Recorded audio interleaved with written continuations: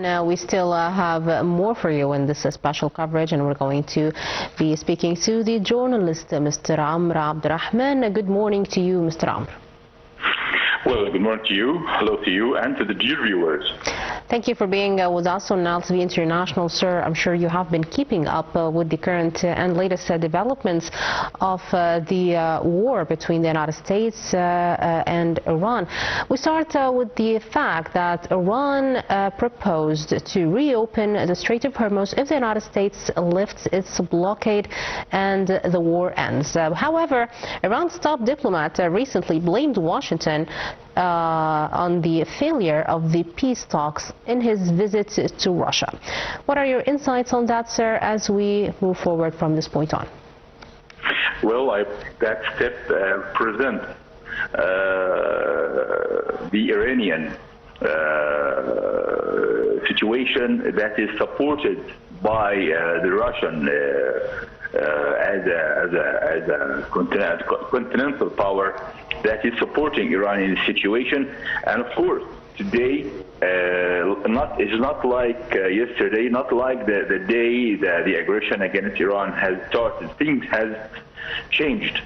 And of course, when the war started, it was the Israeli side along with the American against Iran, and with wishes from the U.S. administration, only wishes that has never lived up to the level of expectations even. That raised a very strong question: how the American administration started a war without consulting their allies in Europe, and then they were shocked when the European ally didn't approve the war and did not take part in the war, and suddenly Iran has stood up to the American-Israeli aggression, right, and reached out to the point of negotiation. When this negotiation has started, at that point, it was never to happen without the support of other powers like Russia and China and North Korea to Iran. This is the exact truth. And that has changed totally the course of the war. So I believe that and also by the way that shows that that war did not has the possible or the suitable preparing for this war. It has as a shock. It has come as a shock to the allies of the American side, and caused totally chaos, diplomatically, politically, and of course, on top of all the economical reaction.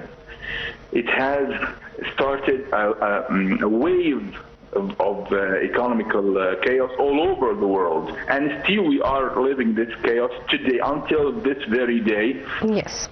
I hope that the coming step could end that conflict easily and without any more damages. The American objective, Donald Trump's objective basically of this war, seems to have been unclear since the very beginning. Up until this point, some people would be still asking what exactly were the objectives of this war.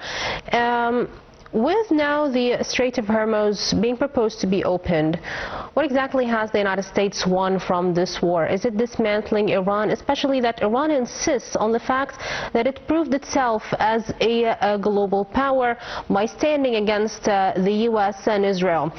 It seems very torn up, the situation, the objectives. Can you give us more clarity, please? Well, of course, Iran is holding on to the only thing that keeps it safe. The only weapon that really guard its own safety not the nuclear weapon, but the technology itself. Possessing that technology means too much, and a very strong weapon and a very strong guardian to any country who possesses it. Look at Pakistan as a nuclear country, possessing the nuclear technology and the nuclear weaponry. That means a lot. That gave us lots of heavy weight as a strong meddler, and with a word heard among the two sides of the war.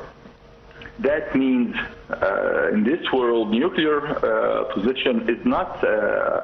It's not something that you can easily get rid of.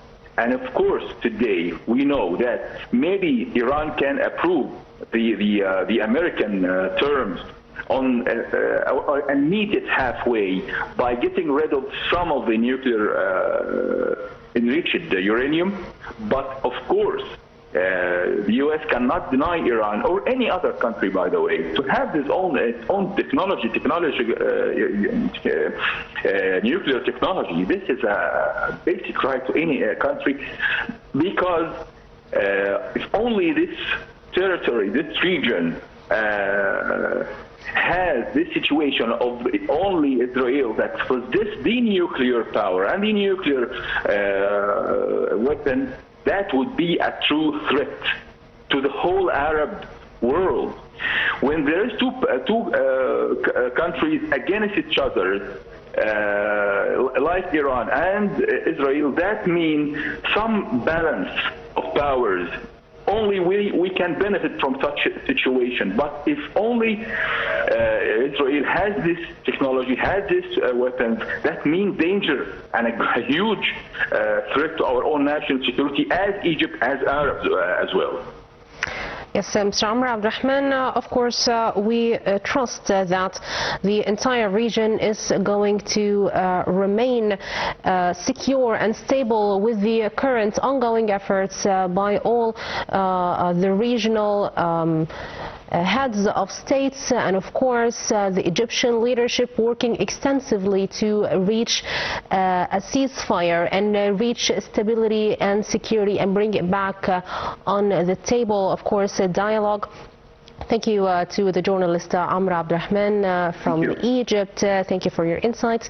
And ladies and gentlemen, this wraps up our special coverage on Nile TV International. Thank you for watching.